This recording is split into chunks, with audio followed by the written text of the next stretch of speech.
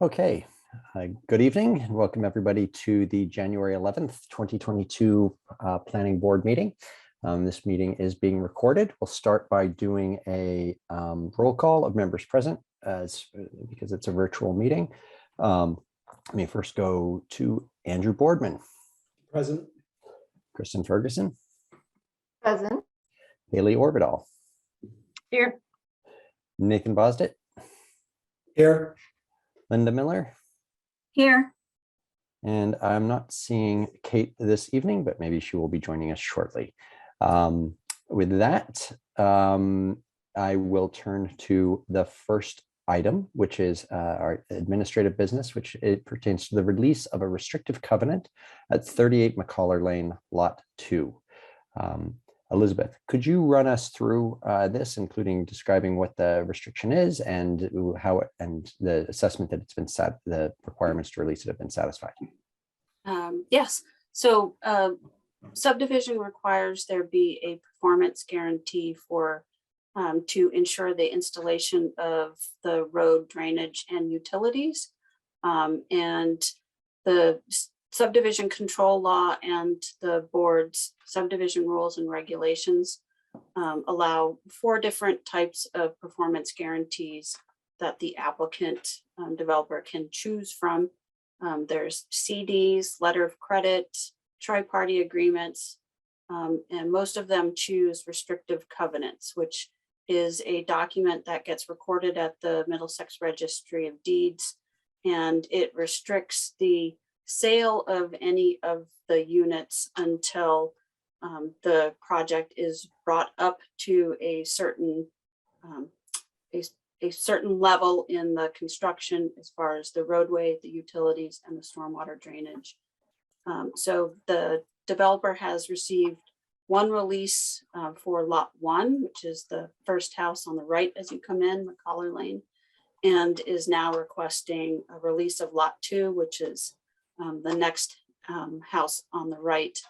A interim as-built plan is required to be submitted that is reviewed by the engineering division. And if the plans are built in accordance with the approved plans, then they state they have no issue with the release of that lot and from the restrictive covenant. The last 2 lots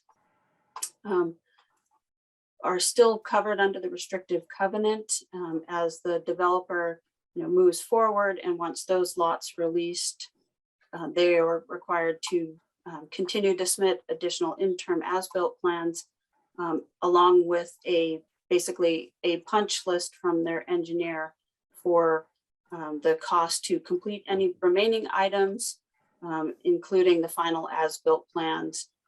And that may be a certain amount that can be covered by only one lot being under the restrictive covenant. At any time, the developer can choose to alternate that form of performance guarantee, provide a letter of credit or a CD in lieu of the restrictive covenant. So at this time, engineering division has no issues or concerns, neither does CMLP or the fire department on the release of lot 2 from the restrictive covenant. That was a superb explanation of exactly how these things work. And I figured there's new members and yeah, thank you very much. And that's part of why I sort of opened that up, teed up that question for you. And so is there a revised restriction that's then filed, or is it just you can peel off lot by lot with the same restriction that's on that there's a particular release, a lot release filed with the registry? So you can release lots as you go along. The restrictive covenant stays on there, and for each lot that gets released, there's actually a lot release form that the board authorizes me to sign or another member, and that gets recorded specifically for that that lot, releasing it from the restrictive covenant. And one question that's more specific to this project is, I presume I haven't gone down there, but I presume that the road is complete, accessing all lots and so is there a reason why, since it concerns the improvements like you suggested, that are the sort of civil engineering requirements, is there a reason we can't release more lots, why it goes one lot at a time? I'm just for curiosity. So for lot 1 and 2, there's stormwater drainage associated with the roadway to that point and those lots behind it. The stormwater drainage on the opposite side has not been constructed yet. I got you. Okay. All right. Does anybody else on the board have a question or any comments? Okay. And I see we've got the applicant, but I presume we don't need any comments from there unless there's questions for the applicant. In that case, what I think if anybody would like to make a motion, or otherwise I can make a motion on this. Okay. What I would move is that the planning board should move to release. I make a motion that the planning board should move to release lot 2 at 38 McCollar Lane of the Hosmer Meadows definitive subdivision from the restrictive covenant that previously filed with the Middlesex Registry of Deeds, and authorize the chair, clerk, or town planner to sign the release. Are there any seconds to that? I'll second that. I'll give that to Andrew. You guy. Okay. Thank you. Let me take a vote. I'll start with Andrew. Yes. Kristen. Yes. Haley. Yes. Nathan. Yes. Linda. Yes. And I am also a yes. And so that motion passes. And Elizabeth, I assume you've got everything on that. And Ms. Beckman, I think you're all set. We good? Okay. Then that brings us to the next item, which is, let's see, I believe in the agenda, one second, is the annual town meeting draft warrant articles. We received the updated formula business bylaw and with some explanation for the numbers. And I also, and it had a revision as to sort of the describing the district. Let me just open the floor. Did anybody have any questions or comments about that 12 versus 14 number, or the or any of the other changes to the formula business bylaw? So most of the changes from town council were just minor in nature, but as everybody saw from my email this afternoon with his strong recommendation regarding the number of formula businesses that would be permitted. Andrew did sleuth out 2 more that I missed. And that's Alpha Graphics, which when you go on their website, you look for locations, they only give you Massachusetts. And as Andrew said, you have to finagle things differently to see all of them. So there's definitely more than 15. And the same thing with Lapel's Dry Cleaner, they're nationwide as well. So there currently are 12 formula businesses in the Thoreau Depot Business District. Okay. And I agreed. I think the rationale for why you create a collar is to allow it to go up to 14. I think that's been part of the discussion with each of the past 2 formula business district bylaws, and that made sense to me. Does anybody take issue with that number? Is everybody comfortable with 14? Sorry, It's I'm a good jumping. number. It's a good number. I don't like it, but I don't feel strongly don't- one way or the other on the overall number. I just do wonder about like having consistency between the districts to defend sort of how we came up with a number rather than kind of picking what was in place at one point in time and saying plus some amount. I don't know how strong of a position that is if it was to be challenged. Well, yeah, I mean, maybe you're poking at, well, what happens if there's a certain threshold reached where a formula business bylaw no longer really is, there's not much to preserve in the spirit of the bylaw. what percentage, I think you were asking about, sort of how much leasable space there is versus how much is a formula business. I think that the simpler explanation remains that we're interested in preserving what we've got left. And at the same time, we want to make sure that we don't catch anybody unawares who may be in the next, in the process of bringing on a tenant or planning for future tenants that might be a formula business. So we're essentially creating a little bit of headroom there. So I don't know which, I think it might have been a past agenda memo, and it'll take me a minute to bring it up, but I think I went through and provided a calculation as far as the area of the districts and the number of formula businesses, what is there and what is allowed. Does that sound familiar? Some, Yes. Yeah. So, I mean, so to Nathan's point, that might be another way to figure out as far as the number. And the board has one more meeting till the warrant closes, and picking a number, you can have another discussion about that after reviewing that information if you want. Okay. That's a good reminder. I mean, for now, I think 14 is a good number. I do think it's important to have a little bit more than we have today. And if we've identified 12, that means it's got to be greater than 12. Kind of like, setting the old FAR though, it's like, well, this is where we're at, so be it. We get, but like from a district square footage area, I'm looking at Elizabeth's email. I mean, the Concord Village and West Concord Business is a good bit bigger, almost double than Thoreau Depot. And we're proposing more for Thoreau Depot. Yes. What would happen if we proposed fewer than there are now? I mean, I know the ones there would be grandfathered, but That would be is that it. even You would logistically grandfather possible? them and leave it. So you are correct. The ones there would become legally non-conforming uses. And,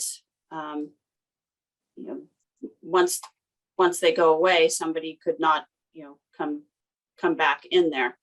But I think the opinion of town council as far as the defensibleness of having it even lower than what's already there, and the legal argument that you're basically precluding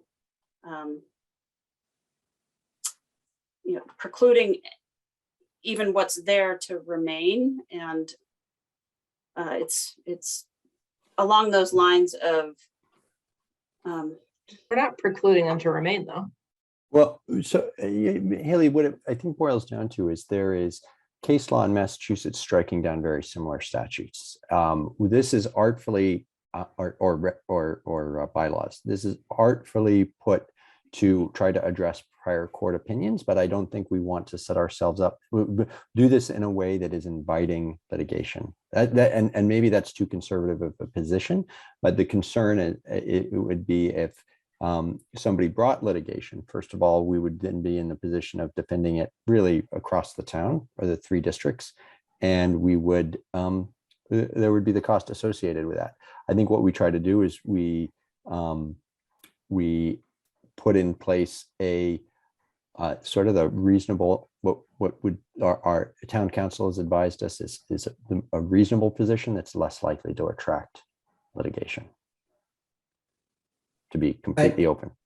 I agree with what you're saying, but I think back to Haley's point, that sort of creates the FAR situation where we basically have something on paper, but it's kind of meaningless because at some point in any one of the districts where there's a formula business bylaw, as soon as we get to the threshold, it's fairly likely that somebody, a property owner will bring litigation because they're going to say that the town isn't allowing them to lease their space as they see fit. And so if if we've designed the bylaws to be such that at the moment they're created, they're sort of safe because they don't immediately bring litigation, but they'll fold the second that there is litigation in the future. I don't know the value in that. This is why I was going back to, I think it's really important that there be a uniform approach to the metrics that are used to define what, the volume in a district is, because otherwise it looks exactly like what you described, which is just a limitation that exists only on paper. Well, I think there's good points well made. I guess that my thought is that by having you go with what you have there plus a little bit more is that idea that you're sort of putting the people on notice. So and you're giving them a little bit of room to breathe. It's perhaps just a slightly different approach. Coming up with a formula, I see value in that. On the other hand, almost by their nature, what these are for trying to preserve the specific character of a particular district, right? Which is a certain threshold or percentage of formula businesses versus local, more unique businesses. Is the right balance particular to a given district, or is that more uniform across various districts? I don't know. I mean, I don't disagree with it. I mean, it could be 14. I think that obviously you can come up with, looking at the 3 districts that it would be applicable to, and coming up with something that allows for the headroom you're describing across all 3 districts. So it might be a little more than it currently is for one or the other, if you were to have a uniform, set of metrics. But it still gives you the headroom. But then you have this uniform approach to formula business bylaw across all 3 districts, so that you don't run into. I just worry about the piecemeal aspect of it. And again, I'm totally fine with the headroom aspect. Like when you're starting to develop it, I'm not saying that it means we need to make it so that in one or all the districts that it's, you're into grandfathering people in. I just think having some, like I said, a uniform approach seems the safer setup. Yeah.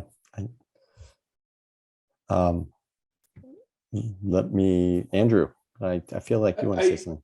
I like the 14 number in part because I also looked up Axiom and they're at 9 locations, so they're going to hit that probably. A couple of the other might grow. Karma's opening up locations and stuff, so you sort of have this natural, like, there are going to be changes within the retail mix, and also that area has gone through some changes in the past where different formula businesses were in different locations before and closed, and it had never felt like something had fundamentally altered. Like the Papagino's closing there never fundamentally changed the way that district felt.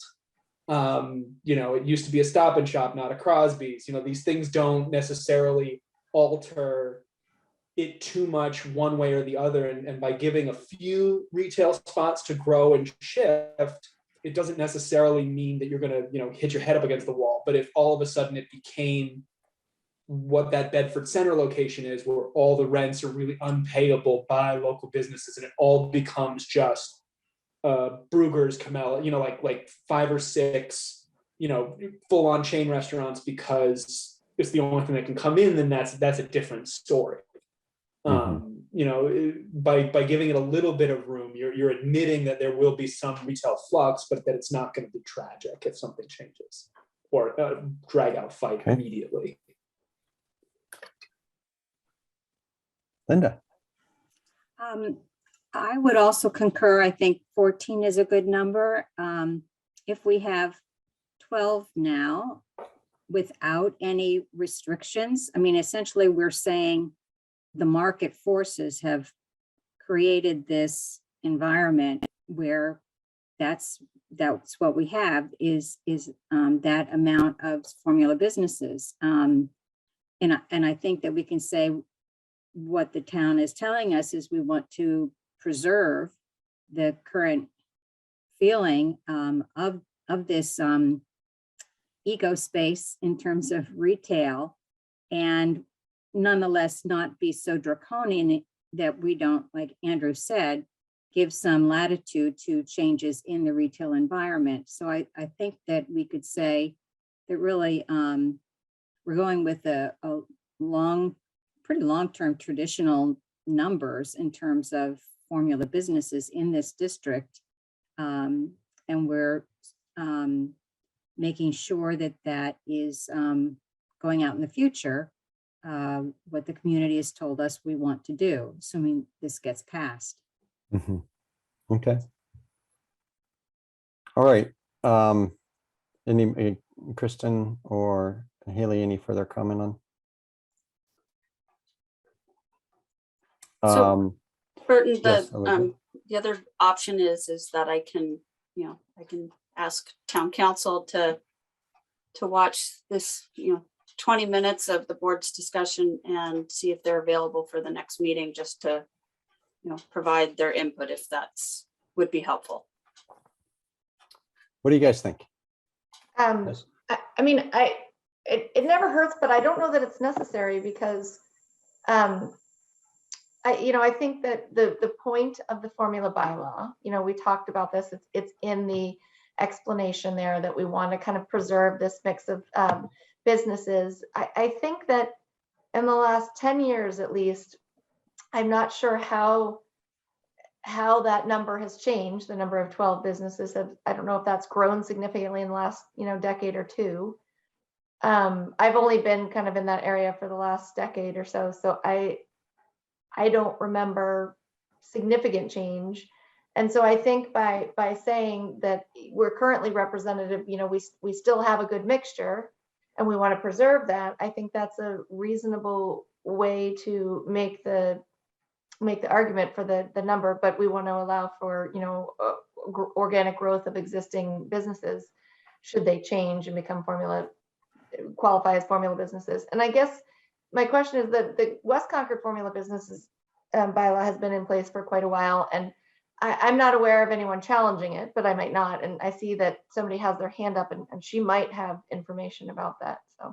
So I wouldn't think we needed, Concord. I know if other members were on the phone, they would say absolutely. I just want to make sure we kind of use their time judiciously.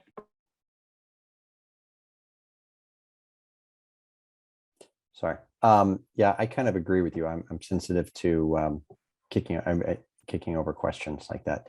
To your point, I do see a hand raised. I think if the board's done on this particular issue, and let's say we sort of penciled in this number 14, but maybe we can go back and look at Elizabeth's materials. And like she said, we do have another meeting. And if this is a matter of coming up with a number supported by a formula, I think it would be a challenge between now and an annual town meeting to put a formula in to this. That sounds like sort of a fair piece of work, but maybe if there was a number based upon a formula, we could consider that in a meeting. But if we're done with the board's discussion, I'd be open to receiving a public comment on this, which I'm guessing is why Ms. Felshen has her hand up. Is everybody good with that? Ms. Felshen, if you'd like to state your name and address and your comment, please. Yes, Sue Felshen, 19 Sunnyside Lane. I was a member of the West Concord Task Force when we initiated the formula business bylaw for West Concord. So just a couple of small points. One is you talked about wanting to leave some wiggle room in case there are some applications in the pipeline. An alternative way of dealing with that would be to set the formula business bylaw not to kick in until a sufficient amount of time, 6 months or a year, and then you could set it at the existing number. Now, you mentioned other reasons, but that's with respect to that one. And then with respect to how the number for West Concord was chosen, it was chosen in a fairly similar manner, and then it was jacked way up because it was the first formula business bylaw, and there was a lot of pushback about whether it could exist at all, which essentially left so much wiggle room that the limit was unlikely to kick in anytime soon, if ever. So thank you. I'm sorry, Sue, you said for the West Concord or the Concord bylaw, it was jacked up? West Concord. West Concord, okay. Well, presumably Concord as well, but it started out as a West Concord thing and then grew Mhm. from there. Okay. Okay, thanks for those insights on how that was arrived at that time. Okay, did anybody, not to overlook, but anybody have any comments on the revision of the purpose of the district? Instead of focusing on a particular mix of businesses, it focused on the historic nature of the area as a depot. Cool. I liked it, Elizabeth. Thank you. All right, and then I think with that, we will turn to the second, excuse me, article, which was accessory dwelling revision to grandfather in the permits. We discussed that at the last meeting. Elizabeth, was there anything new here, or is it mainly around the explanation that you wanted us to weigh in?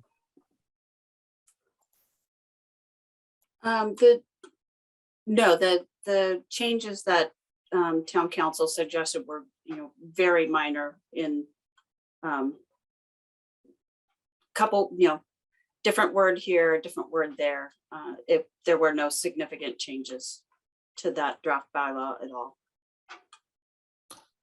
Okay. With that, then, anybody on the board have any comments, questions, concerns, or we want to put this in the done pile for annual town meeting?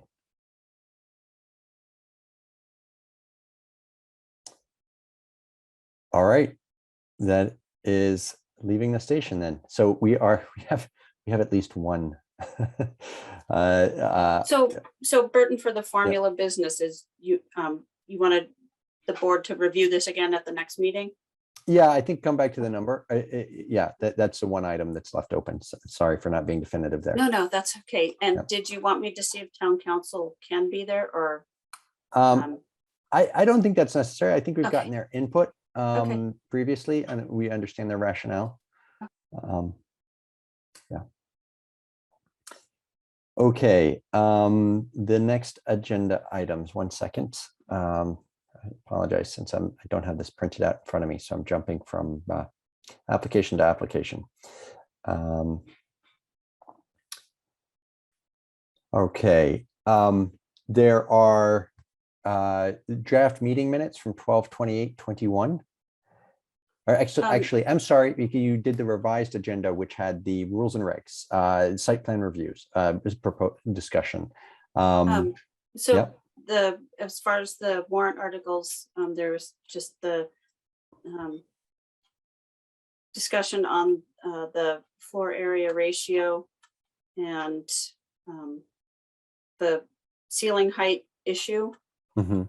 And so in my email, I provided the board the comments from the building commissioner, and we talked about it again today, and both of us are in complete agreement that while it seems like an easy fix, every option we tried to look at dealing with that, the unintended consequences were one that we cannot figure out between now and February 2nd. So, and additionally, based on his research, since 2015, there's been 4 cases where somebody lowered the ceiling height in like 100 or square feet area. So not sure it is an issue, a significant issue. It has been done 4 times since 2015, but to go through and change it, it's definitely gonna take a little bit more work on our part. Yeah, can you give us an example of sort of the unintended consequences? I mean, right now it's just floor area ratio is interior space, garage space that meets the minimum 6'8" ceiling height, right? So yes, so it's gross floor area includes everything from outside wall to outside wall for any space that's over 6'8". Mhm. For the floor area ratio section 6-213, it excludes basements, open and screen porches and decks. Mhm. So the conversation we were having as far as some of the unintended consequences, one is whether you look at changing the definition of gross floor area, which then has an unintended consequence of whether that now affects commercial space as well as residential space, or amending the floor area ratio section 6-213. And so let's say you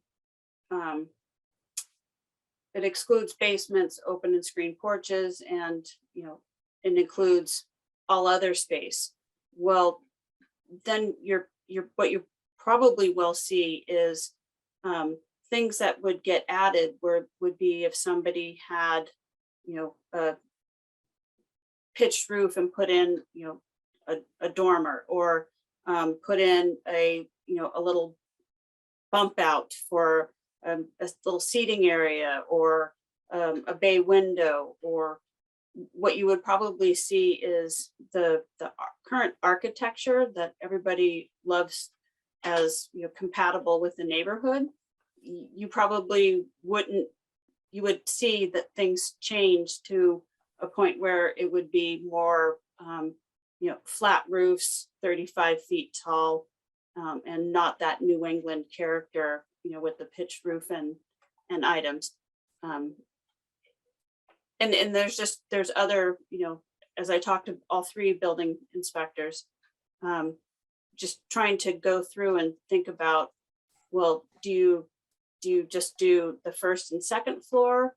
So, or how would you figure the attic? Because you can't say, that a space that's only 3 feet tall adds as far as the floor area ratio and keeping the size of structures down if that's within the peak of a roof. So do you say, okay, so 6'7", 6'6", 6'5", where is that cutoff? And so those are things that we don't have time between now and February 2nd to go through. Mhm. Mhm. I'm wondering if maybe somewhere in there's sort of talking about the space that's climate controlled space or something like that, where, I mean, people are not going to put their closet on the outside of the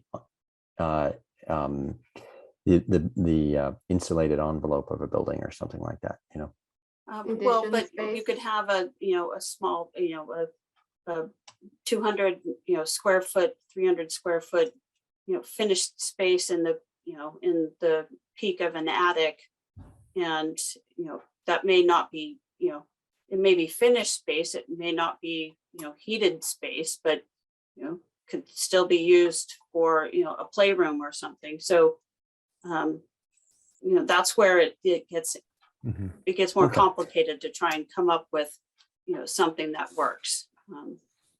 So long story short, it's complicated. Haley, you had your hand raised. Yeah, I mean, I get that this feels last minute, but and it's fine, it's not my hill to die on, but Lexington has language that addresses this exact point for half stories and attics in particular. So I mean, again, we don't have to recreate the wheel here. There are unintended consequences, or I guess consequences of not fixing this. I guess because I don't know why I in particular have heard a lot about the Conant Street one in particular, but I think there is concern that with all of the new tear downs happening on Conant Street and this being a rumor associated with it, like it's just getting out, and I've just heard a lot of concern around it. So there is the potential consequence of this happening more and more, but you know, we can park it from my perspective until next year. Okay. And Haley, I'm not saying there isn't a method to addressing it. But you know, how Lexington, you know, calculates that, it isn't just adding a sentence to, you know, the definition or to the, you know, floor area ratio section under 6.2.13. It's it is much more complicated than that. And I don't think the board would, while I understand the concerns at Conant Street, I think the board has the obligation to also get input from a lot of other stakeholders. And that can't be done between now and February 2nd. Okay, so then that I think is pretty clear. I mean, at a minimum, we need input, I think, from the building commissioner who has the experience in seeing how this is playing out. I think that puts to rest the FAR for the time being. And Elizabeth, you were going to continue, I think, beyond FAR. No, I mean, No? the board Okay. decided last time not to postpone the calculation Right. discussions until I guess there's more research or input. And then the Throw Depot business, Kristen had provided a first draft explanation, and Mhm. and then I had the conversation with the regional housing services director about the affordability section, and she provided 4 items of discussion. Okay, let's talk about those affordability pieces. Kristen, I'm very sorry I didn't get to read yours. I was out sick for a week. We'll have time. Let's talk about the affordability threshold. So we don't have that laid out as amendments to the article, right? We just had their input in terms of the 80, 100, and 120 thresholds in their and Ms. Rask's recommendation. So I did include them in the latest draft for the board to consider. Okay, And I can bring those up. that would be helpful. Thanks. I thought that.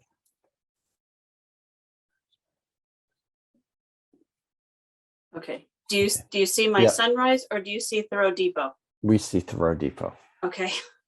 Okay. Sorry, I can never tell when I have 2 screens going. So the first item was just the affordability levels. And this may be something for next 2023 annual town meeting, looking at the affordability levels in the PRD, which currently say between 110% and 150%.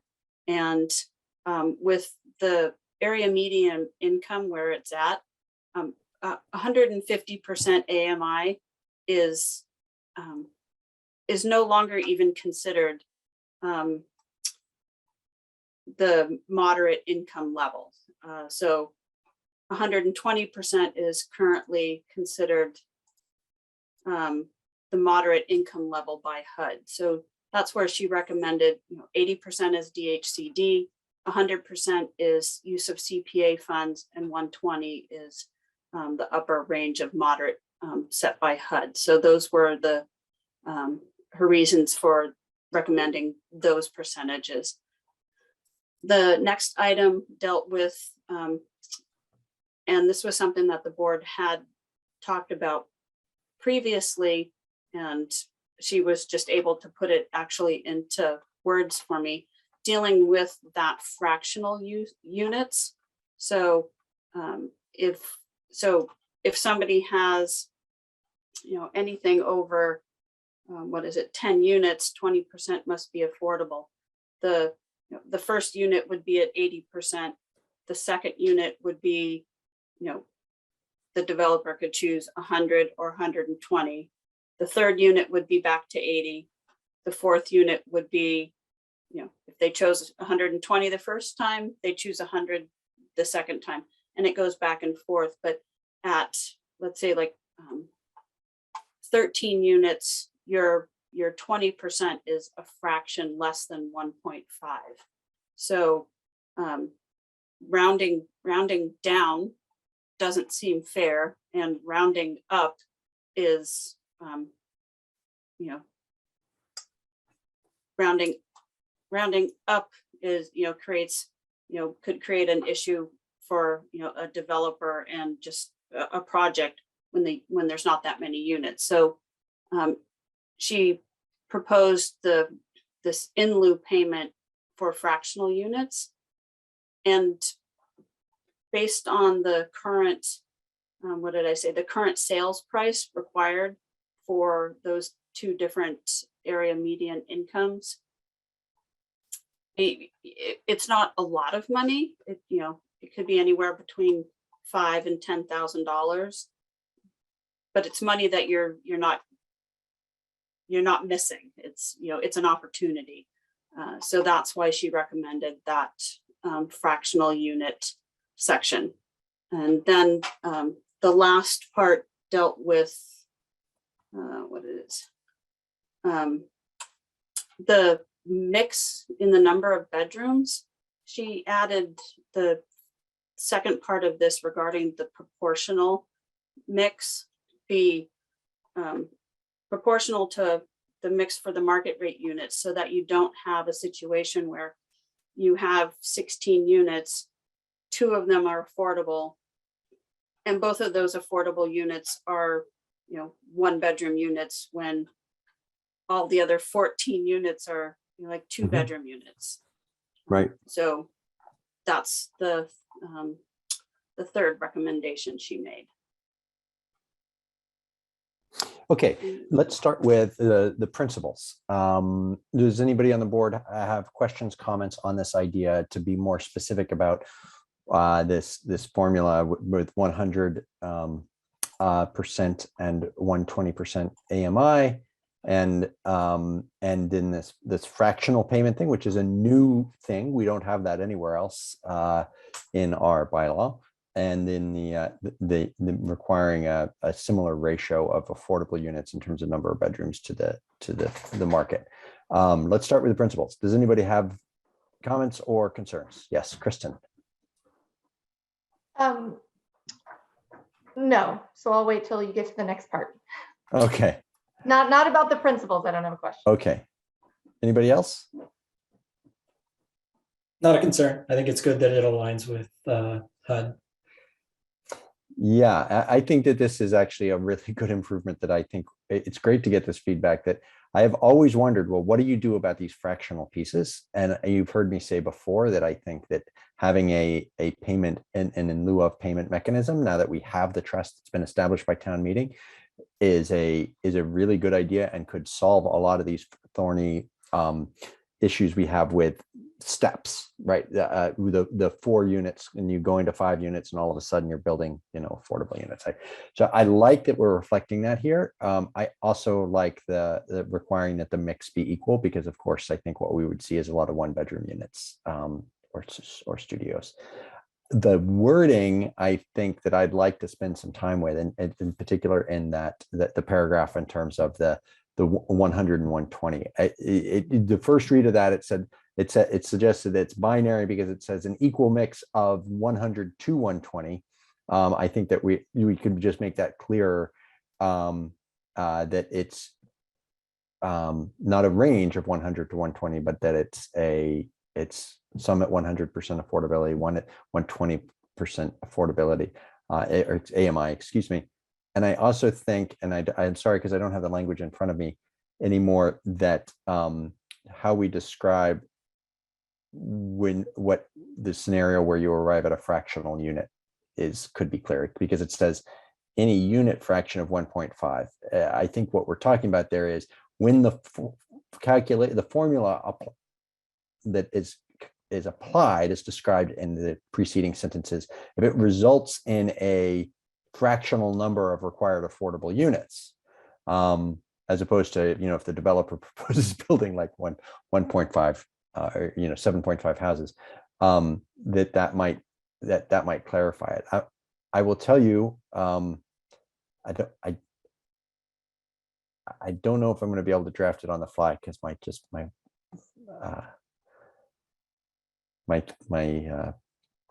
thinking pathways are a little worn this evening. So I guess my comment is related to this. I do think that this clarification is extremely helpful. Does this calculation apply to anywhere else in the bylaw, such that this should be its own table that we refer to from this bylaw? And I don't want to make it more complicated, but we don't have to for this round, but if it's useful, maybe we do that next time, pull it out. I think that is an incredibly good idea, Kristen. I just don't want to, I mean, we know this is such a kind of a large bylaw in general. Perhaps, we just use it here and then in the future, we do phase 2 or something. Well, yeah, I mean, we get this done, right? I mean, it's critical that we get this done and that we at this point have a sort of short amount of time. What I could imagine is a subsequent bylaw for a future board to consider, or bylaw proposal that essentially turns this into it's a standalone provision, I think is what you're suggesting, that's used for all of these scenarios where there's an affordability requirement. I mean, I could see the same requirement applying to PRDs as well as here. I mean, because I think that this is a big improvement with Ms. Rask's suggestions. And it could also, I mean, you could see it eventually actually going to, well, I'm sure there'd be a lot of input on this, but this payment in lieu concept could become could apply in more cases. So I think some people would be opposed to that, but I think it's a great idea. I think that maybe that this is the first pass, and that in the future, all of this is consolidated into a separate provision that's then referred to by the various bylaw provisions that today have this mechanism.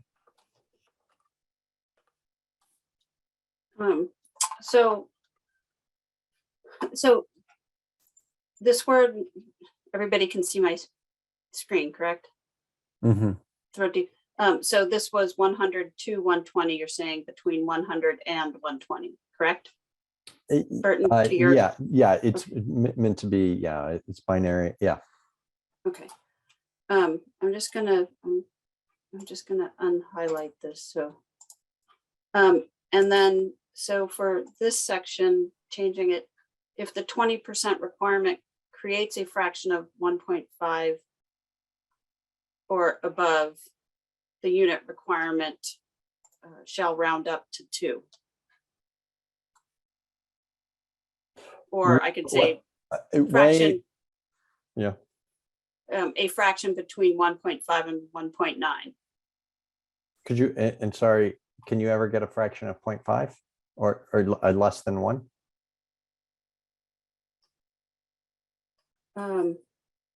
Should we just say? Well, no, you wouldn't have a fraction less than 1, but you could have a fraction of 1.3, 1.4.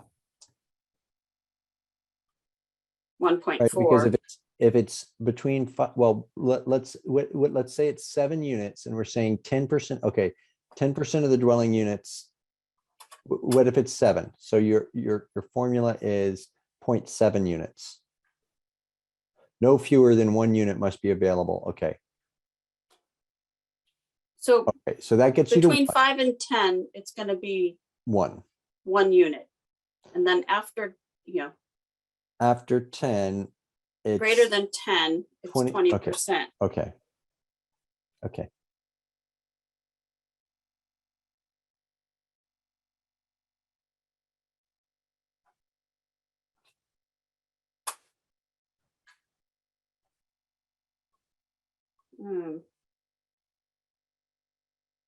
Is there any precedent to having at least 1 unit at 80%? Where you're basically saying, look, we understand affordable is defined broadly, but at least 1 unit has to be actually affordable. Well, yes, that's what the first part of that paragraph is. Yeah, You're- we you're- we start you with start 80. with 80%. Oh, okay. Yeah, I was reading it separately, so that makes sense. Okay. So let me work on this with Liz Rust. I think I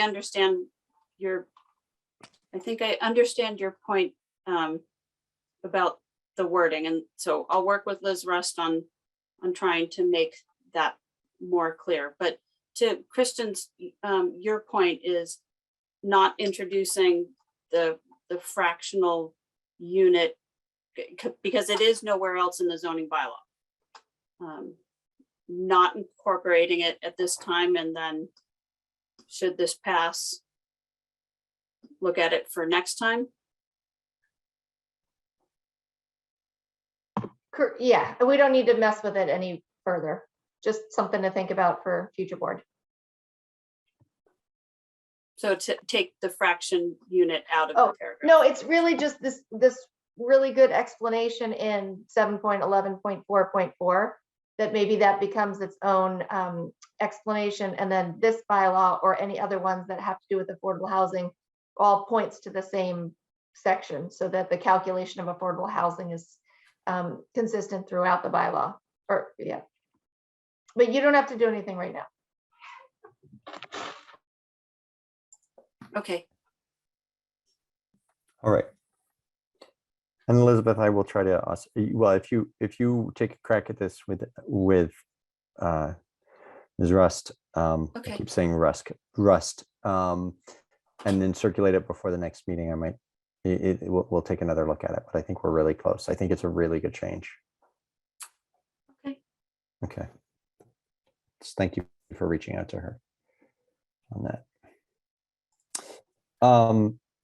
With that, shall we talk about the meeting minutes? I believe that was from is it the 28th?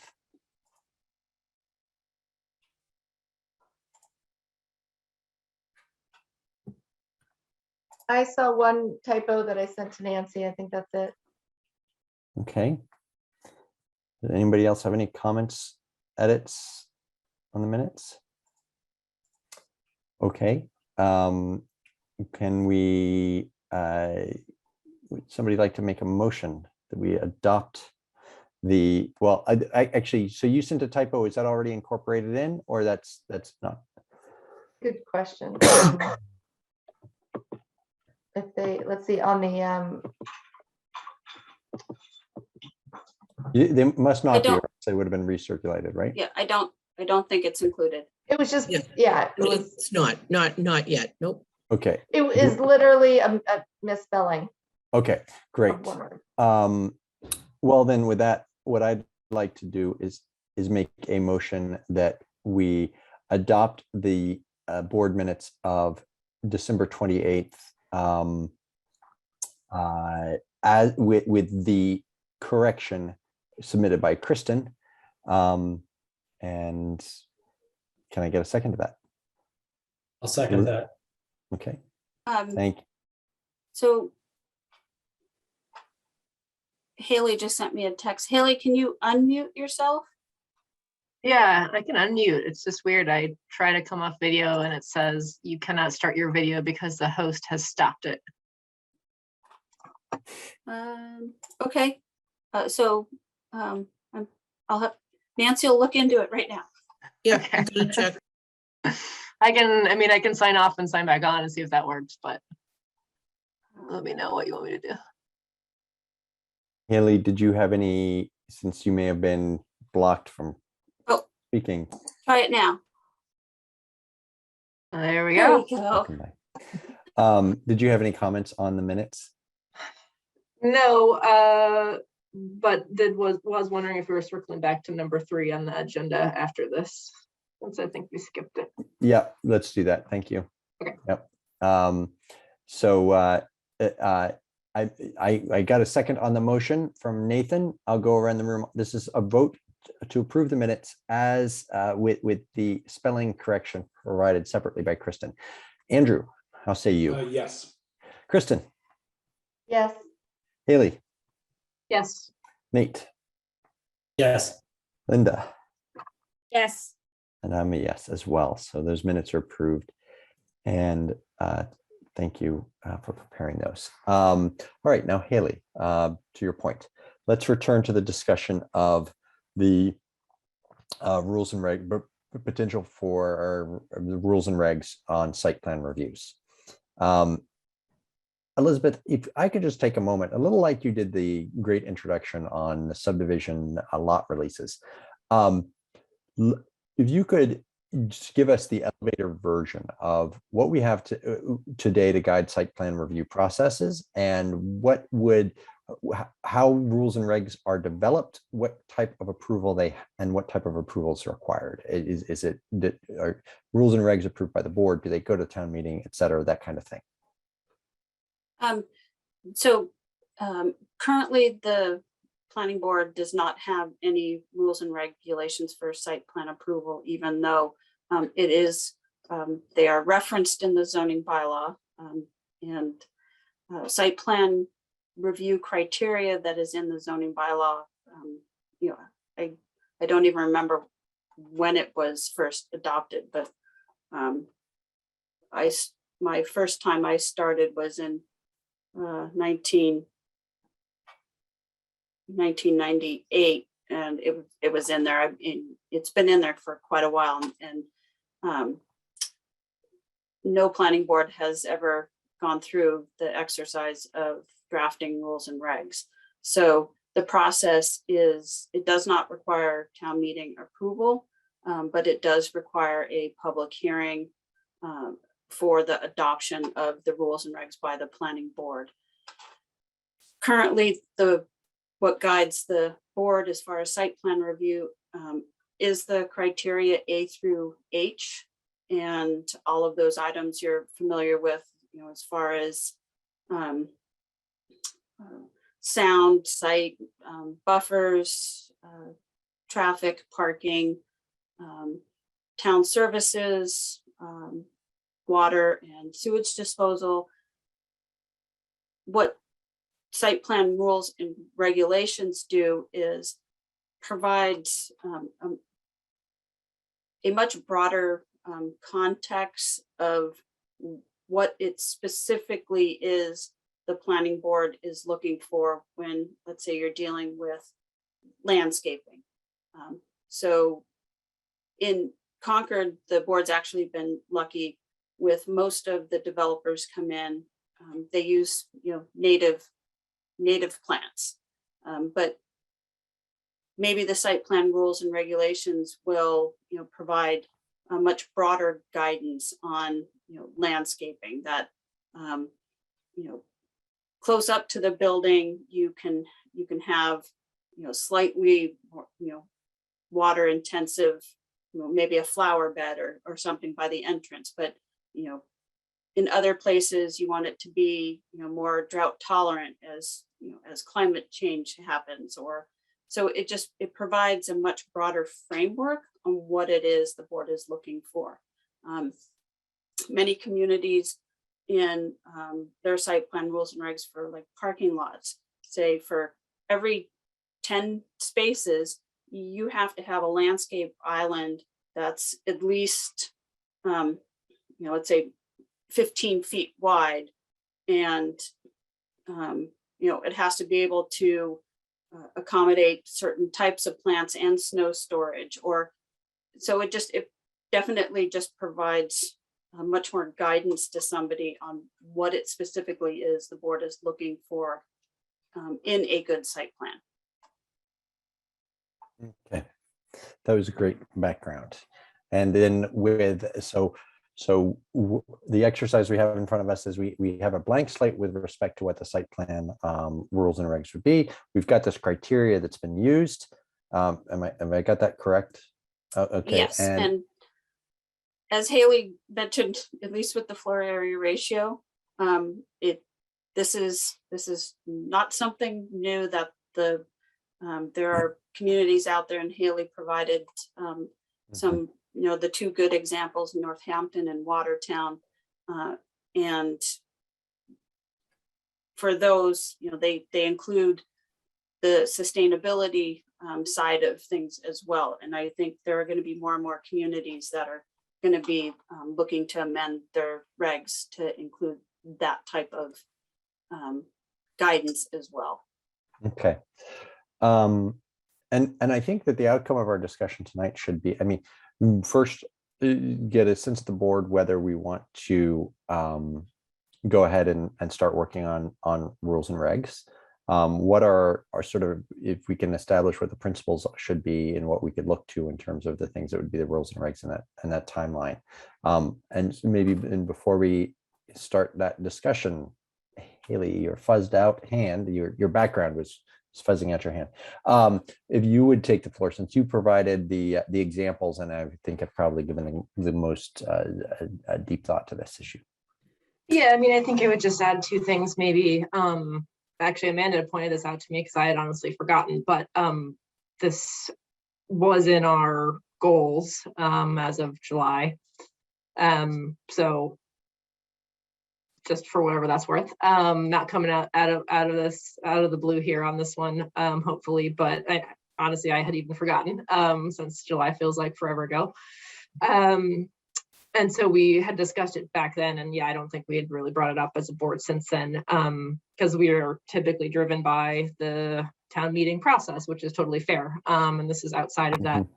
But I guess this has come more into the forefront for me again, in particular because of Thoreau Depot and the fact that site plan review will govern what development, if and when a development is proposed, it will be sort of, it will go through site plan review, and it's not going to be a special permit. So, you know, when it comes to getting what we want, from my view is we need to really beef up site plan review so that we're not, you know, a year and a half from now, when we have a proposal in front of us, say, oh shit, like, wish we would have had this, you know?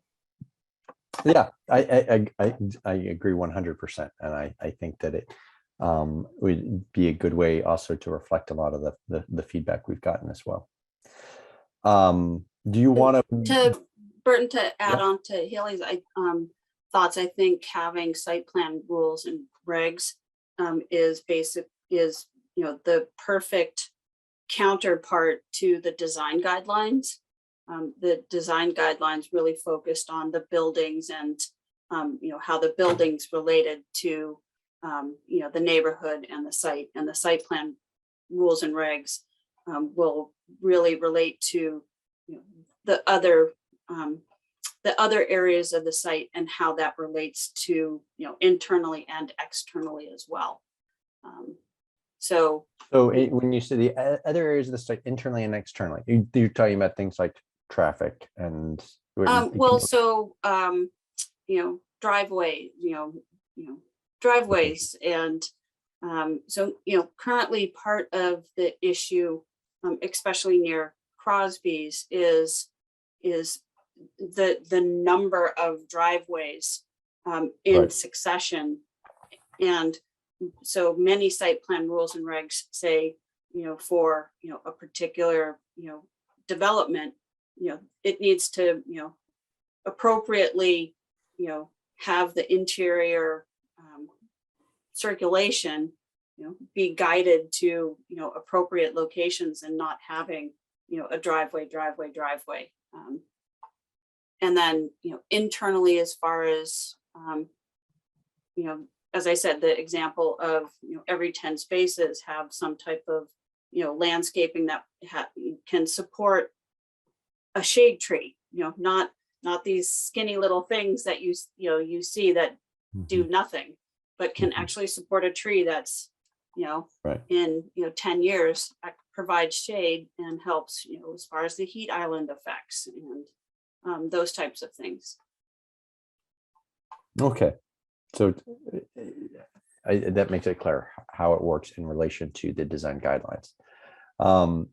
Haley, do you want to lead us through your thoughts generally on, and because I think one thing I just think would be helpful to get to, right? We're going to have some examples. I think we have a general idea of the principles we want reflected in some of these site, or certainly some of the principles, right? I think that we're all pushing for something that would drive more green building, more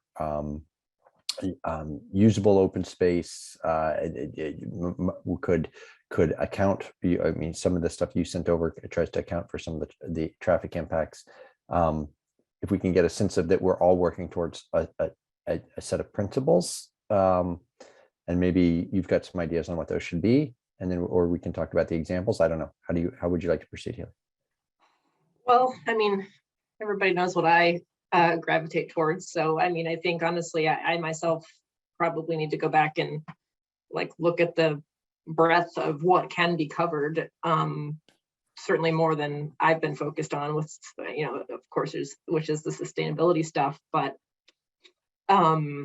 so I guess what I just wanted to make sure we started talking about again is yeah, how are we going to get to, you know, set a date or like whatever, like we have a long road in front of us to get site plan rules and regs done. Doesn't need to be obviously done by town meeting. So I just didn't want us to lose sight of it though, given Thoreau Depot especially, because I think that is a big motivating factor for getting this done sooner rather than later. So, you know, the examples that I had come up with is, of course, always trying to figure out like who's already done something that gives teeth to sustainability, because I'm just really tired of always hearing like, oh, we can't require anything. Well, I mean, precedent seems like that's not the case. And so, you know, I think Watertown is the one end of the extreme of how they've gone, with basically saying you had to meet, you know, silver LEED status. You don't have to go out and get certified for it, but like you have to go through the checklist and you figure out how you're going to meet it. And that's the way they are obviously getting around anything building code related, is because they're not requiring anything from a electricity perspective or building code perspective, but they're just saying like you figure it out with the LEED matrix and how you're going to get there, and that's what you have to do, and tell us how you did it. And they're leaving it up to the developer to do it, but it's a requirement in their site plan review. So. So Burton, what I was gonna throw out there as a suggestion is, you know, have basically what Haley did with, you know, the sustainability side of things is have, you know, each board member, you know, select, let's say, a topic and, you know, do that kind of research and pull together, you know, various, you know, thoughts and examples and, you know, points of discussion for the board. And basically you start stacking, you know, these items and they just naturally begin to, you know, turn into your rules and regs. What I can also do is go through, and what Haley just said, but do that is go through all the rules and regulations, and, you know, here's basically a punch list of all the items that, you know, other communities have, you know, included, you know, just basic topics. But, you know, if there's, you know, items that, you know, a board member is, you know, has an affinity for, to do that research, I think that's a great place to start. And, you know, you give yourself a month, and we'll come back in a month. Yeah, I'm just thinking, so or timeline wise, we've been pushing towards the deadline to have the articles for town meeting. Once those get submitted, we do get a little bit of a breathing space to work on other matters prior to that town meeting, and then certainly over the summer. Haley, I'm sensitive to what you said earlier about that we don't really march to the beat of town meeting for these types of things, which is one reason they never end up getting done. And so I think it would be good to sort of set maybe a soft a working timeline for us that would be keeping this on the agenda, you know, starting in a month from now, keeping it regularly on the agenda until it's completed. On the first, that goes to the first thing, Haley, that you said. And on the second thing, with respect to, gosh, I had a response to what you were saying about more the substance of what we would be looking for. Oh, I just remembered what it was. one of the things whenever we look at these requirements, Elizabeth, I think one piece of feedback you give us is that to be really workable in our town, it needs to be something that can be managed by town staff who ends up being responsible for making sure that it's being done. And so that, some of these things, to use the tree preservation bylaw as an example of where this becomes a challenge, right? The building commissioner doesn't want to have to be going around and learn to become an arborist to, evaluate tree health, right? So one of the things I sometimes worry about is with sustainability, aside from where we're constrained because the state owns the field in terms of regulation, is how we can come up with something that is we get the most bang for our buck with the least amount of staff time required. So I'm just wondering, in terms of something like a LEED standard, Haley, a LEED certification is provided by an independent certifier. Is that correct? Yeah, I mean, but what Watertown is doing, you don't have to go get it certified. We all know that that's expensive and often a big barrier, especially for the less wealthy developers. And so this is, I can go back and talk to Watertown again. Amanda and I had one conversation with the planner there so far. They've had this in place for quite a while, but then we can go back and talk to them specifically more about the process that they go through for any development that comes through. But it's more like they submit a checklist, and yeah, maybe there is some like trust there that it's accurate, but it's not asking our building department to go out and figure out how to LEED certify something. Okay, so I'm a little confused. So are they asking for LEED silver or not? They're asking for documentation that it could meet it if it were to go out and get certified. They're not saying they have to go get certified. Okay. Yes. Oh, sorry, Burton. So as far as what having rules and regulations does from an application standpoint, actually makes things go more smooth, because a developer already knows, upfront what it is that the board is looking for, and they're going to develop a plan that, meets those guidelines, or if it doesn't meet one aspect of it in their application, they're going to provide in their narrative the reason why, they can't, or, can't meet that guideline. It's not a zoning bylaw. They don't need to request a waiver or get a variance, but they will need to, explain why they can't meet a particular guideline. And, all of that stuff gets submitted with the application that gets reviewed by, town staff, and the board. But if the guidelines are there, it actually, we spend less time, evaluating something, because now we get a conceptual plan. And currently, for a lot of projects, I schedule a full town staff review meeting with developers, probably 3, sometimes 4 times before they ever file an application with the planning board, because of all of these little things that, okay, well, you haven't, I know this is going to be an issue, and the board's not going to. So from that perspective, it does help. Some of the items that may come out of a site plan review, as far as a condition, that's going to be handled no differently than it is now, where I myself or other town staff are not going to recommend a condition where now it becomes the town's responsibility, to do something.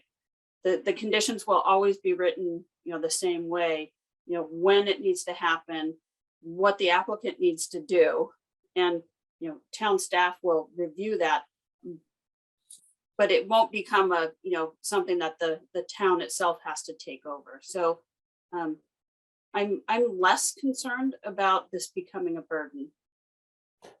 Okay, well, that's certainly reassuring to hear.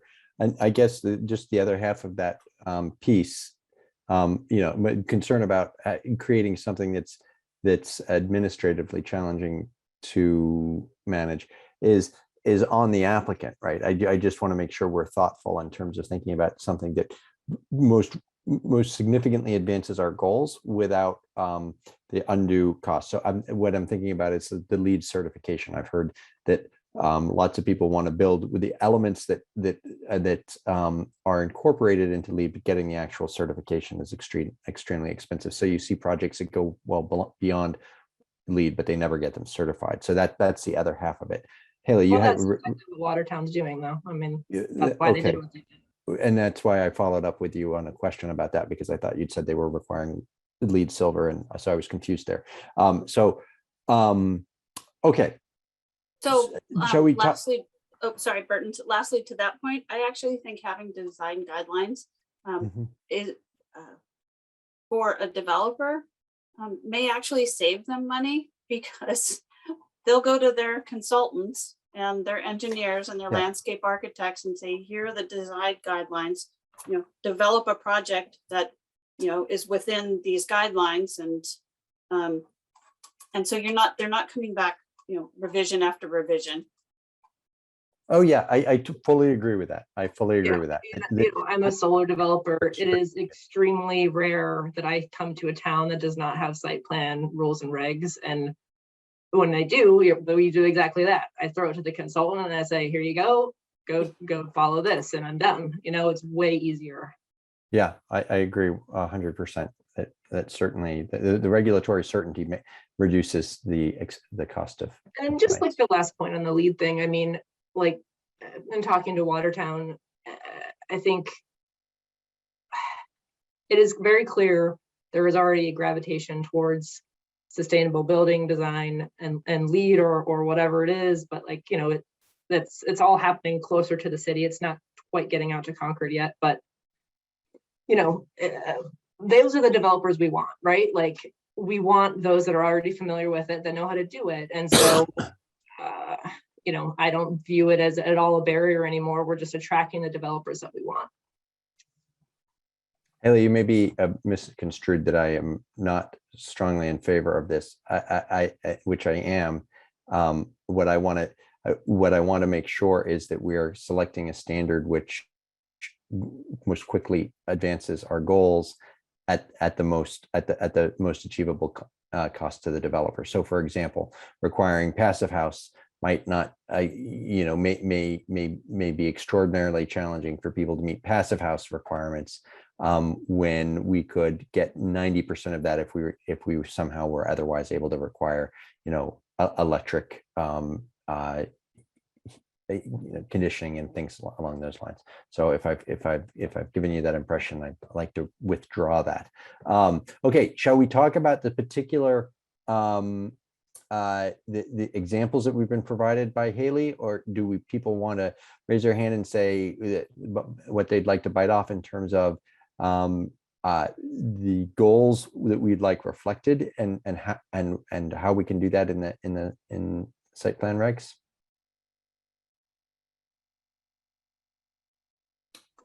I mean, I would just offer, I don't think we need to get into what I sent, if folks are comfortable with what Elizabeth laid out, because we'll do that at a later date. So I was hoping everybody would choose a topic starting now. Well, yeah. I just meant we don't need to go into Northampton or anything. Okay.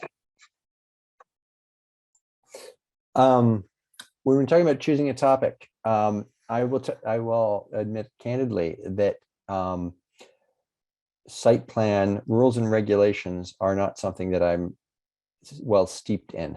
So I'm wondering about when thinking about topics. I mean, we've got the principle of sustainability. What other topics are you thinking about, Elizabeth? So that would, parking, landscaping, stormwater drainage,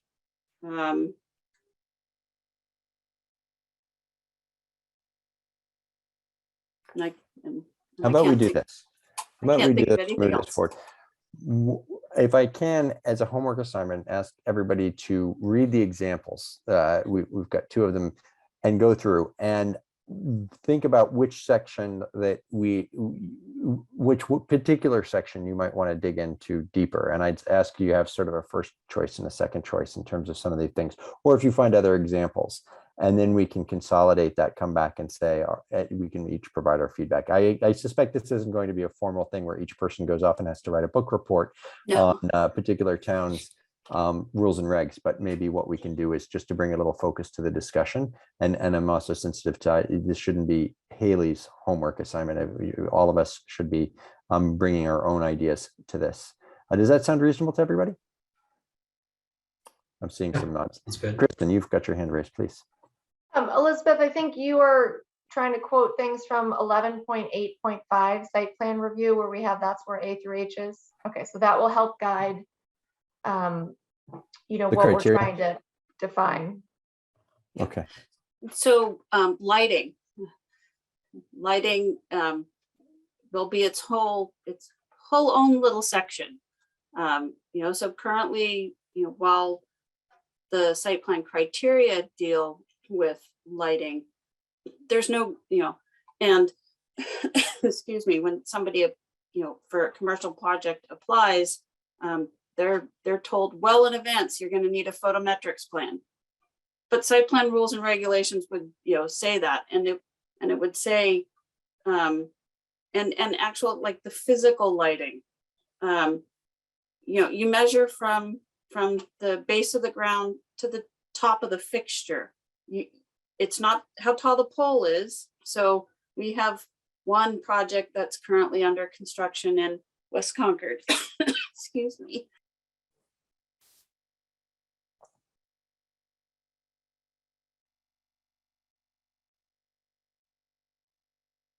Where the contractor failed to read the plans and got the poles and put them on 3-foot bases.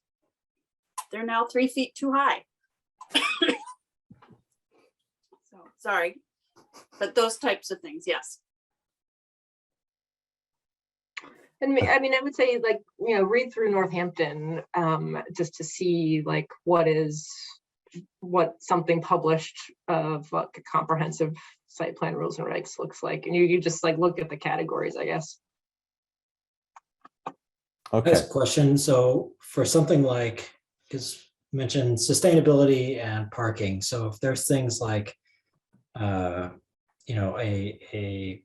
charging station requirement or something like that, which one takes, which would that sit in basically, or does it matter? As an example. It doesn't matter. Yeah. Okay.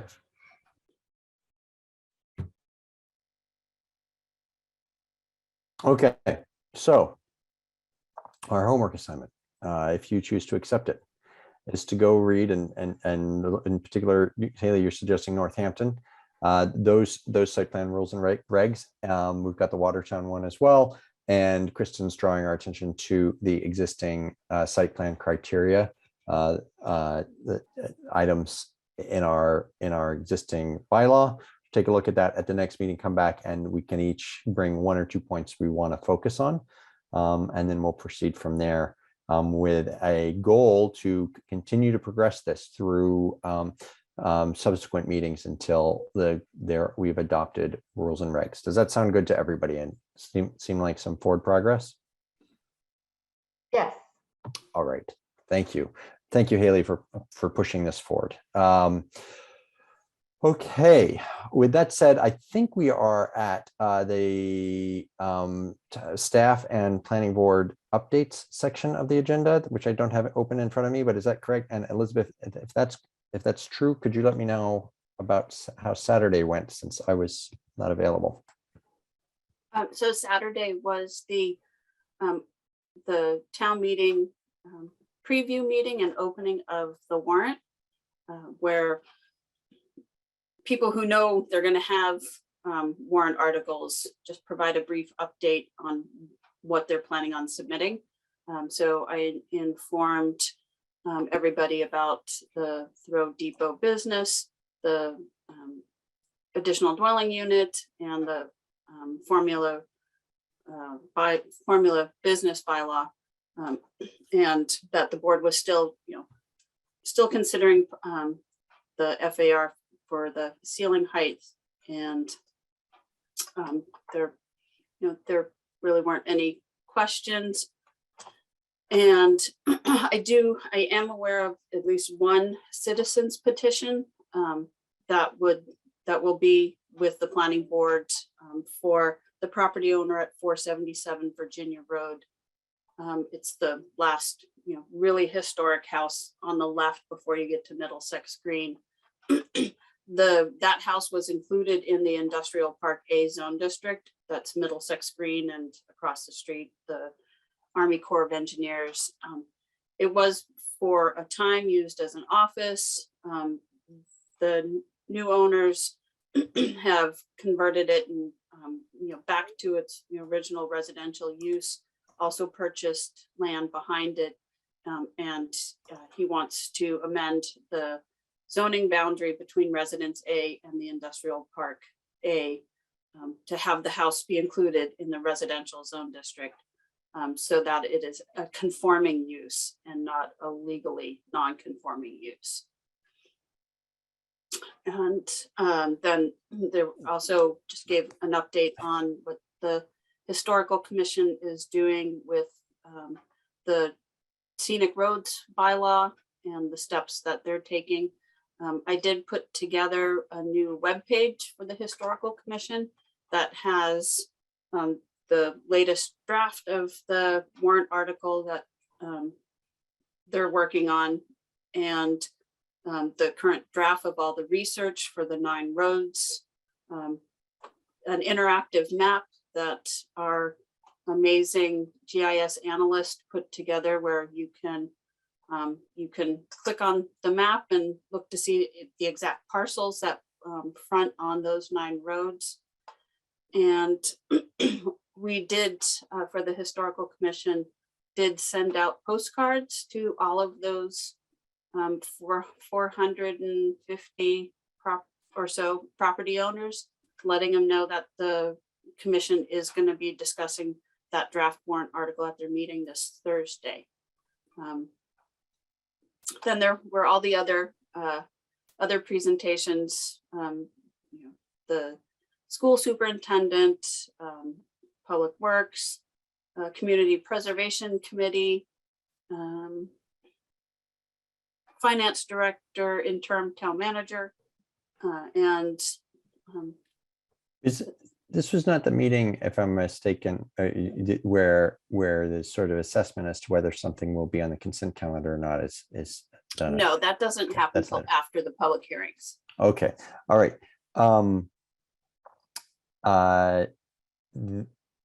Gosh, I'm sorry. I'm fatigued. Never mind. Give back the floor. Please continue, Elizabeth. Or were you done describing Nope, what that was happened? it. That's all I had. Great. Any other updates aside from Saturday that we need to be aware Nothing I can think of off the top of my head. Let me Okay. look. of? Okay, Kristen? Elizabeth had sent out a meeting from MAPC today about Metro Yes. Common, Mhm. and it was like rethinking the retail strip mall. And that was interesting, and I'm hoping they send around the recording. Basically they were kind of detailing what the case studies have been about, how they've taken places that are just kind of lots of parking lot and kind of turned that into more walkable and usable space in kind of the suburbs.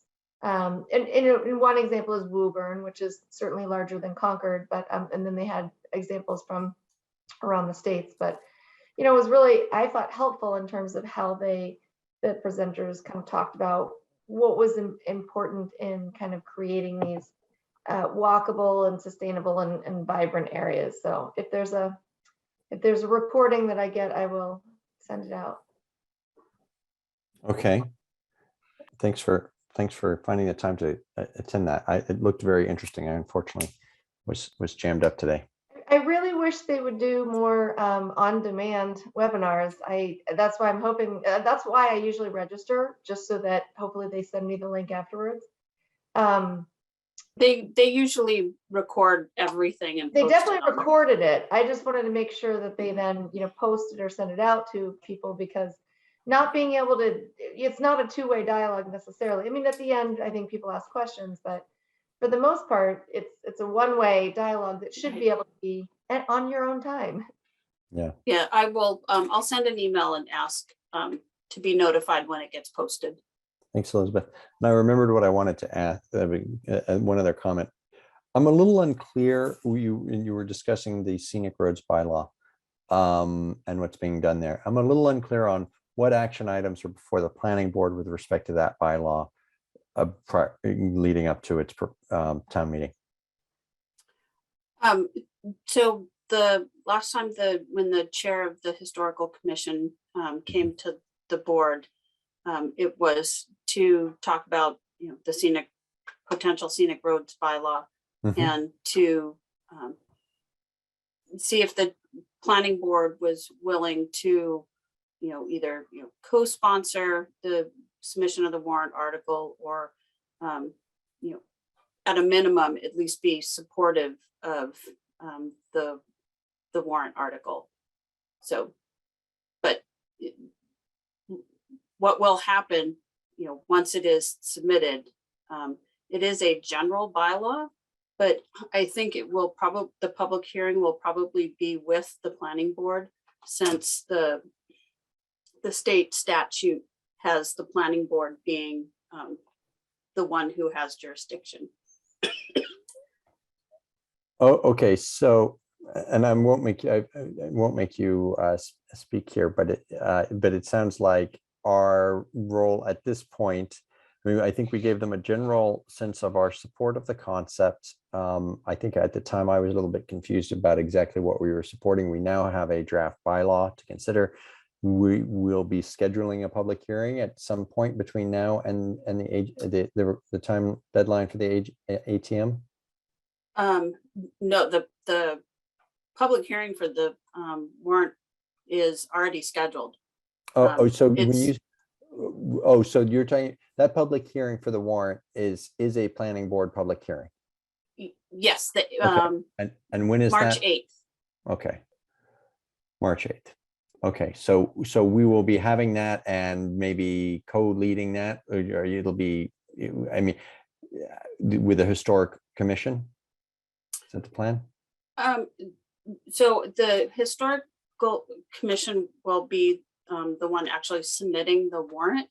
Mhm. I think for the next meeting, now that the draft warrant is been written and the historical commission will talk about it Thursday night. Sorry, for your next meeting on the 25th is whether, as part of the explanation, the planning board wants to include in the explanation your support of that warrant article You said on the 25th. That's of not right. January. Oh, I'm sorry, I'm in the wrong month. Okay, so looking at we will be looking at the warrant article as it stands then, which presumably will be final form in deciding whether we want to, you said co-sponsor or provide And affirmative include a support. statement in the explanation of your support. Okay, all right. And then also make time for it at a public hearing in March. Got it. But no, so your public hearing, the items, the town moderator and town council say, okay, so all zoning amendments go to the planning board public hearing. I do believe that the scenic roads bylaw, even though it's a general bylaw, similar to the tree preservation bylaw, will be on the planning board's public hearing. Yeah, instead of like the select board's public hearing or the finance committee's public hearing. State law requires you to hold a public hearing. Yeah, for I the- got that. I'm not clear on the difference between what you said and I said. I said that it would be part of the planning board's hearing. We would be making room for it in the planning board's public hearing in March. Is that something different? Well, sorry, you don't make room. Your public hearing agenda will be set for you based on the warrant articles. Okay. Yes, So this is an yes, it'll be interesting- on that. well, It'll be you on have to March admit, 8th. it's a little bit of an interesting dynamic. It's not our article, right? But you're saying that it would, the bylaw, which talks about determining which public roads, I mean, this is an academic point, but which roads will be included, those hearings will be held by the planning board. That's not the process we're following here. We're having the bylaw come to town meeting with public roads selected, and we're having a meeting for that. But because the state law talks about the planning board, that's our public hearing, and we get to have it whether we like it or not. Is that correct? Mostly correct, Okay, except there is no public hearing on which roads to include in the bylaw. State law requires the bylaw to list the roads. Mhm. So, Yeah. so any debate on which roads should be, included or excluded will happen at your March 8th public hearing. that we will be required to have because of historic commission and staff. Well, deemed- the historical Got it. commission will be Yeah. making the presentation at your public hearing. Yeah, I got it. I got it. And when you just tell us how high to jump, we'll jump. Okay, Sorry. so it sounds like, so thank you for clarifying on that. And I guess one other just update, the Community Preservation Committee continues to refine it's the proposed grants that would be in our proposal for town meeting. A lot of the work has been made easier for us, in particular by the Department of Land Management Planning, by refining their proposals and cutting back some funding there, and which makes more room for other proposals. With a big thing, the elephant, not the elephant in the room, that's the wrong analogy, but the largest proposal that will be funding had the strong support to be funded in full, which is a land acquisition in West Concord that would be coming ultimately, driving work that would be coming before this board, because it would include the development of, I believe the number is now 5 units of entirely affordable housing as part of a PRD that would be done on what's being called to as the Assabet River Bluffs. So that's an exciting proposal that seems to have gotten a lot of people behind it, including the CPC unanimously, but not finally. Okay, any other updates at all, or we good? If not, then I'll open the floor up to public comment, if we have any members of the public that have any comments this evening. I see one hand raised. Carol Savoy. If you could state your name and address for the record. Sure, Thanks. Carol Savoy, 61 Belknap Street, Concord. I had a question. It's going back to the height calculation in 7.11.3. The building commissioner, Elizabeth Hughes, had him provide a formula to explain how the height was calculated on the current regulation or current zoning. And I went through that formula that he provided, and it came out differently than what he had shown on the 60-foot wide building. So I went back to him and Elizabeth and asked him to, tell me how he arrived at the 42 feet or the 47 feet that could possibly happen with the current zoning. And he has not been able, or has not gotten back to me on that. So it's still unclear, because the calculation that he gave me and the formula he gave me and the mathematics don't work out to 42 or 47. One way they arrive at about 35 feet, and the other way they arrive at 57 feet, but there's nowhere to come up with 42 or 47 feet.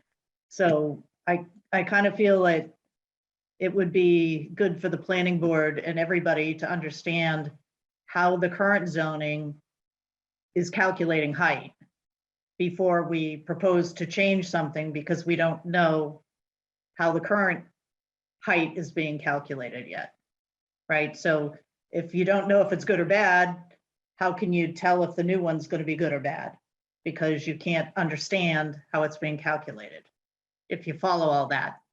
And I can send you the email if you want, but Elizabeth has it. So myself and the building commissioner tried to explain it a couple of different ways. And the way he calculates height is the correct way. And I'm not sure where the disconnect is, but I will provide that information to the board so that you're just aware of the conversation. Okay, thank you, Elizabeth. Yeah, so that was the first point. So I'll follow up with him because it still doesn't calculate. Because it calculates, but it calculates 20 feet. And then you add that to the base building, which is 32 feet. So you're well over 40 feet when you add 20 feet to 32 feet, or 25 feet to 32 feet. That's the disconnect. So part of his formula, anyhow, I'll follow up with him. But the point is, I think it needs to be clarified. The second point is I sent out to Elizabeth and the planning board today about the updated MBTA Communities Act. And they came out with new guidance. I don't know if you've had a chance to look at it, but they said that it requires 50 acres for the MBTA community. And I understand Thoreau Business District is 15 acres. So I was trying to understand if that 50 acres means the development to support the MBTA communities, the reasonable size is defined as 50 acres. Does that mean Thoreau Depot has to be 50 acres or it doesn't qualify? Have you had a chance to look at that? I did glance at your letter. I will tell you, as I said at the public forum, that the driving force behind our efforts on the Thoreau Business Depot have not been the MBTA Communities Act. We started this process well before that act was proposed or passed or signed into law. And so while it can be informative, that frankly has not been the focus of my attention as the chair. I don't know if any other board members have reviewed the MBTA guidance and have viewed and care to answer Carol's question. Nope. Okay. Okay, so basically the Thoreau Business District, it doesn't comply right now with the 50 acres, and that doesn't matter because that isn't the main driver of bringing it forward. Right. If you were present at the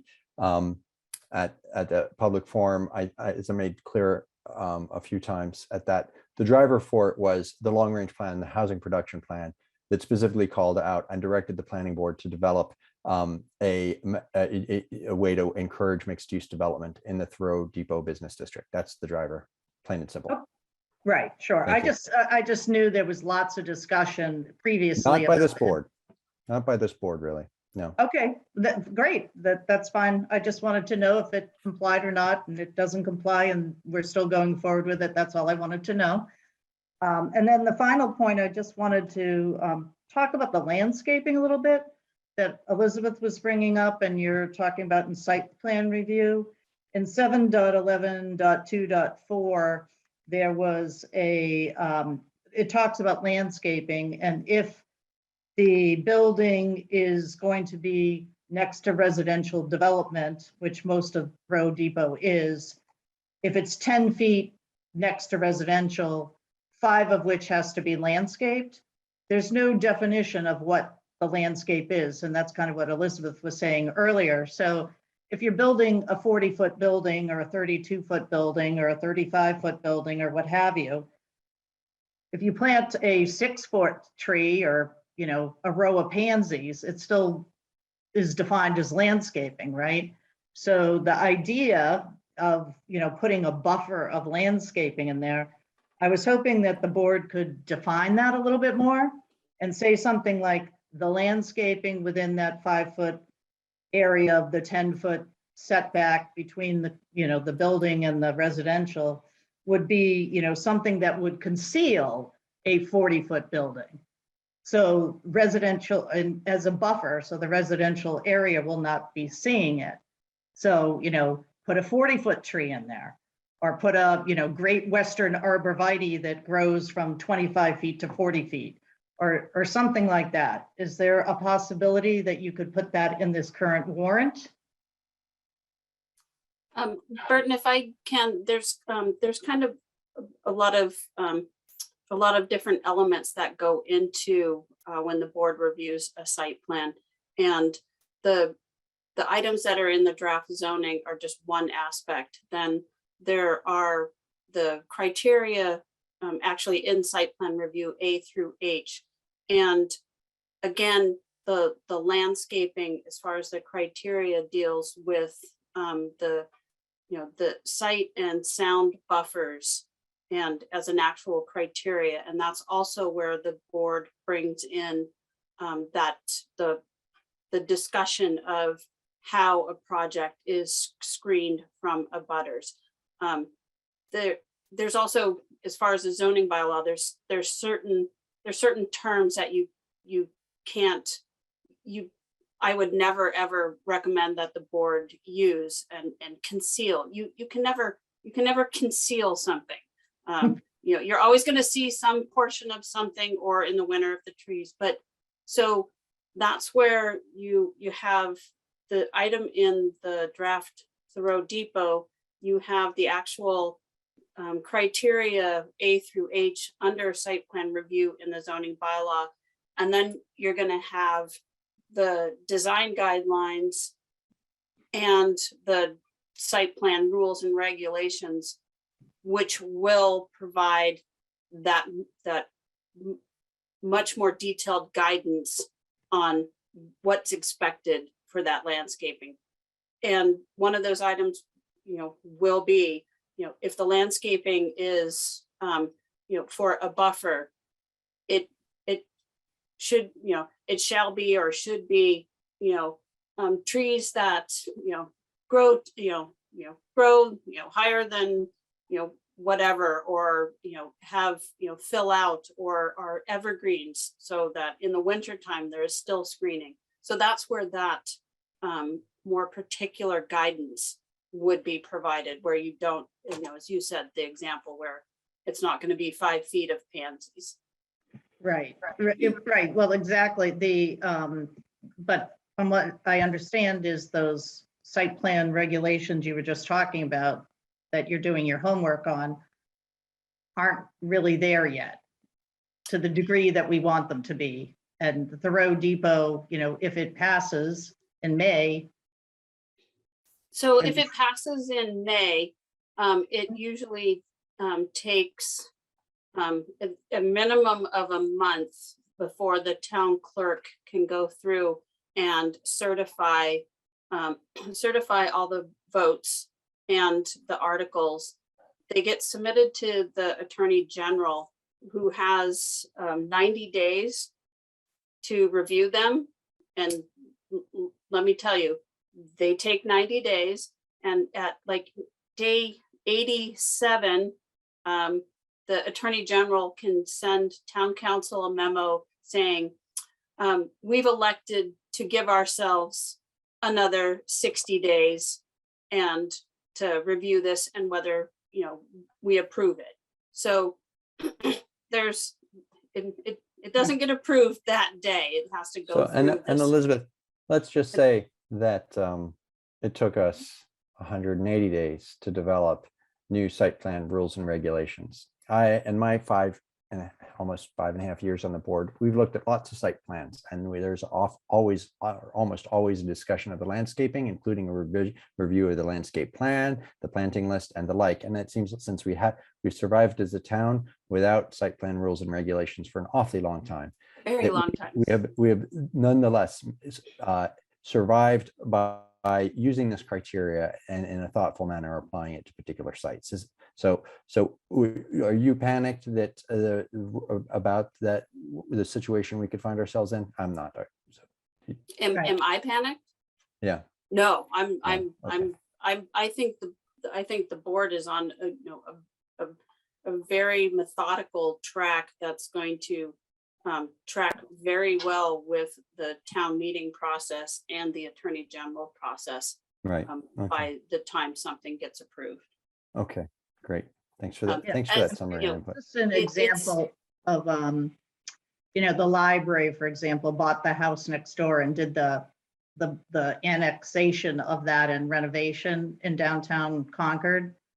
And, next to it, they tore down all the trees where that house was, right? And it was abutting a residential area and they put, a string of 6-foot trees in between, right? Where it used to be completely buffered and concealed, and now it's kind of like wide open. I just didn't want to see that. And that's, kind of a good example of landscaping within, the 5-foot area of the 10-foot next to residential in, I'd call that commercial, the library downtown. You may want to take a look at that. But that's the concern, just so you can understand where it's coming from. Mhm.